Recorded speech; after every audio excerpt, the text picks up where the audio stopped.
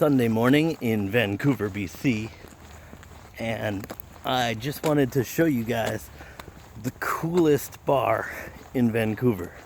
So we're taking the shortcut through the cemetery to get to the Dark Manor Inn, and we're gonna talk to the owner, Rob Moore, about just how he came to build such a wonderful establishment. So yeah, follow along.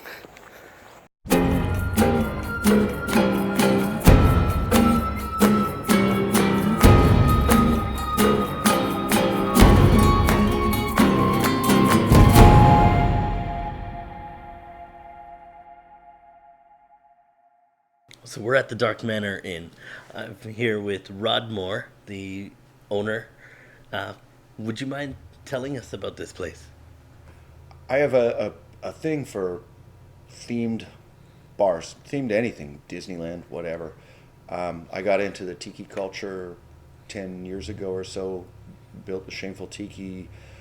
I think it kind of awoke part of my brain that was like, hey, it doesn't just have to be tiki. What if you did, a superhero bar or this bar or that bar? And ideas start flowing, and some of them are admittedly probably terrible, but those ones tend to go away.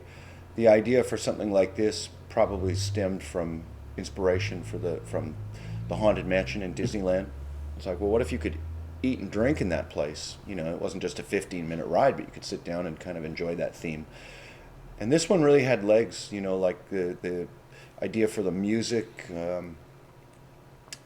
old books, a parlor room kind of feel, things like this. Ideas just kept coming. It's like, all right, let's do it. So I think I've become a pretty big believer in, if you have an idea and if you start flapping your face about it, then you should do it. For people who have never been to Vancouver, don't know what the Dark Manor Inn is or the Tiki Room, how would you describe your first steps? Just walk us through the experience of the Dark Manor Inn. I think every place that I will ever build, and certainly that I have so far, there is sort of a series of events, even if it's just really quick and fleeting because it's not a very big space. But when you come through the front door here, it's meant to be that you walk into, sort of tied in with the cemetery, you walk into an outdoor space. So right as you come through this front door, there's vegetation, there's a dead body hanging there, which most people don't even see because it's dark. There's tombstones, there's a bit of mist. It's meant to be like you've walked from outside into outside. So you get this experience that you're coming through a little bit of a cemetery, and it's blocked off, so then you have to come around the corner, so you don't see this room, which for me is a bit of a centerpiece of this place because it's got the big dining room table and it's got all the books and everything. So you walk through the outdoor cemetery to come in, and then you see the main room. Then as you turn to your right, you see this room, and there's a fireplace. It's meant to be very much like you step into this old-timey parlor room where perhaps the Baron and his wife Constance might have sat and had conversations about how to run the manor. And the manor is meant to be this place where it's like you would have always come to have a drink or eat or whatever they ran it. But it also looks like the interior of a late 1800s house. So then you walk over there and you see the big banquette, and there's a booth over there. Having a booth with red velvet was always like, this has to be a thing. All the old portraits on the wall that were challenging to collect, and some of them you find at a garage sale and people are giving them away, and other ones you pay a pretty penny for because there are pictures here that are over 100 years old. That's real. And some books too, but it adds authenticity to it. So as you look around, you see all these elements and details. I always want lots of details. So yeah, there's a coffin table over there, a high top coffin table. So that's meant to be a point of interest as well, sort of an extension of the bar, which is not very big. And then the bar is meant, lots of wood, lots of whiskey. It's meant to be very old-timey. Everything's uplit, kind of like at the Tiki. Everything here has its own kind of underlight to give it a bit of the, that kind of shining feel, the shining bar. But there's a picture of him over there too. So lots of elements. That's what I always want. People come in, they have a multitude of quick experiences, and then the whole room is just a lot to look at. Can you kind of take us through the story of the Dark Manor Inn? So The building is over 100 years old, and it used to be owned by the Baron and his wife. And they used to run the manor back in the late 1800s, even earlier. And then the last annual gala event that they had, he was found poisoned, drinking his favorite whiskey cocktail. Can you take us through your menu? Because you have a very unique drinks menu.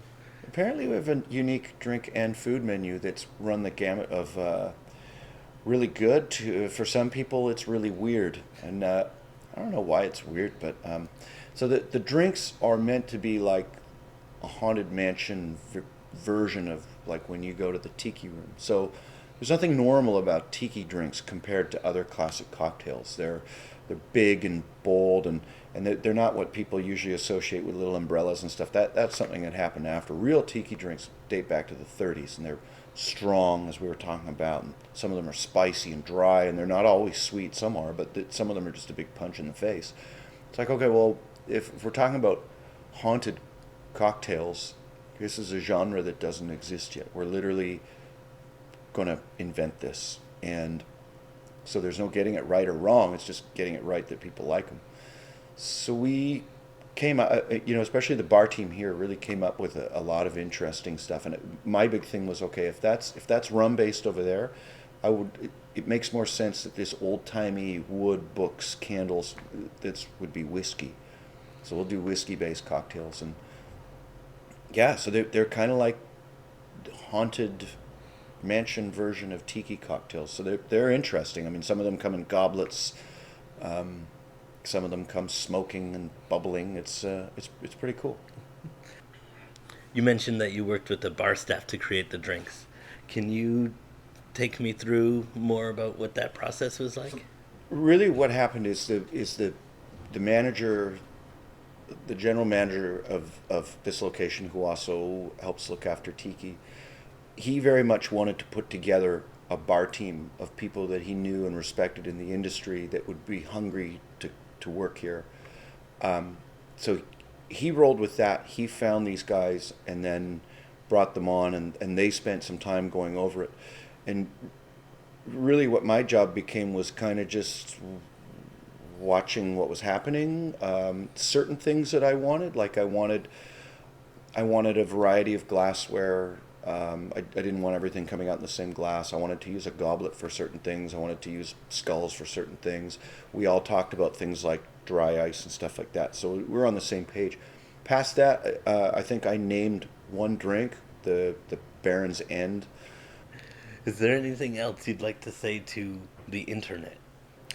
I hope people come here and dig it. Like we're still new. We have really busy nights. We have really slow nights, but tiki started that way too. Like, this is a cool spot with some heart in it, and it's just different. So some people really get it, and some people don't. Again, though, that's been like all my projects. It just takes time for the wheels to get rolling. So I think this is a neat place, and I really like it. So I hope people get a chance to come here and experience it, because that's what it is. I think that's what I like, is building little experiences. Well, thank you so much for taking the time to meet with me today. Ben. Yes, you as well. So the Dark Manor Inn is on the corner of Fraser and 27th. Correct. Here in Vancouver, BC, in Canada. If you're around, check it out. It's a 5-minute walk from the only cemetery in Vancouver. And promise you will have a great time. So if you're in Vancouver, BC, check out the Dark Manor Inn. It's a great experience, from the drinks to the food to the atmosphere. Right on the corner of Fraser and 27th. If you're a horror fan, this is the place to go.